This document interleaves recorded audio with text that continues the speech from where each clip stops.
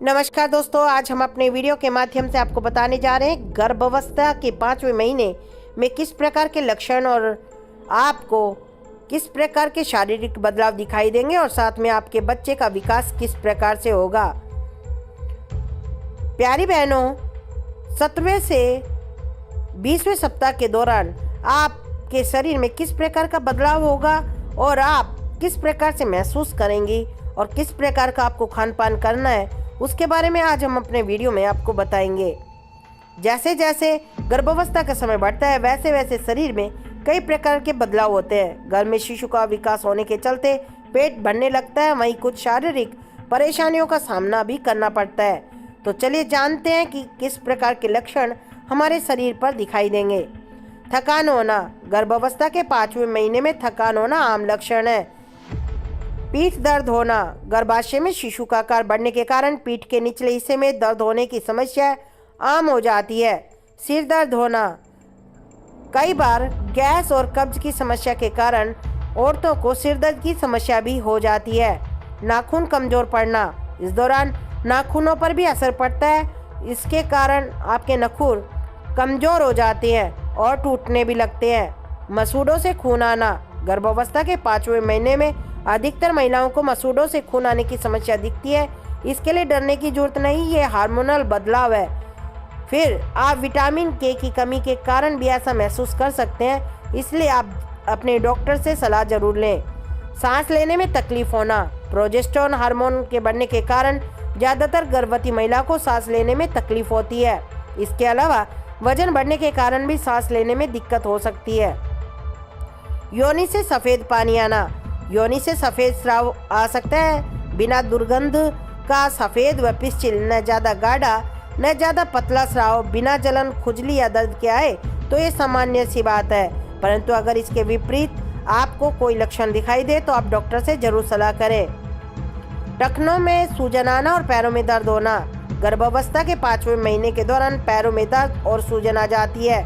गर्भावस्था के दौरान शिशु के पोषण के लिए शरीर में रक्त ज़्यादा बनता है और अक्सर टांगों की नसें ब्लॉक हो जाती है, जिस कारण रक्त पैरों से हृदय तक नहीं पहुंच पाता। तब ये लक्षण नजर आते हैं। कभी कभी चक्कर आना, जैसे जैसे गर्भ में शिशु का विकास होता है शिशु के लिए पर्याप्त मात्रा में पौष्टिक तत्वों की जरूरत पड़ती है। ऐसे में गर्भवती को कभी कभी कमजोरी महसूस हो सकती है, जिस कारण उसे चक्कर आ सकते हैं। नाक से खून आना, गर्भावस्था के 5वें महीने के दौरान नक्सीर यानी नाक से खून आना शुरू होता है। इसके लिए आपको डरने की जरूरत नहीं, यह रक्त संचार बढ़ने के चलते होता है। प्यारे दोस्तों, ये सभी सामान्य लक्षण हैं, लेकिन इनके अधिक बढ़ने पर बिना लापरवाही किए आप डॉक्टर से सलाह अवश्य करें। प्रेगनेंसी में 5वें महीने में शरीर में होने वाले बदलाव, गर्भावस्था के 5वें महीने में बेबी बम्प दिखना शुरू हो जाता है। अब आप इसे संभालने की आदत डाल लें, क्योंकि गर्भ में भ्रूण का आकार बढ़ने के साथ साथ आपका बेबी बम्प और बढ़ेगा। इसके अलावा गर्भावस्था के 5वें महीने में ये बदलाव दिखाई देते हैं। गर्भाशय का आकार, आपका गर्भाशय बढ़कर एक फुटबॉल के आकार जितना हो जाएगा। यही समय है जब आप अपने पुराने कपड़ों में असहज महसूस करेंगे, इसलिए आप अपने कपड़ों को ढीला ढाला करके ही पहने। पेट पर खिंचाव, पेट बढ़ने के कारण लिगामेंट में खिंचाव आने लगेगा, जिससे खिंचाव के निशान आपके पेट पर दिखाई देंगे।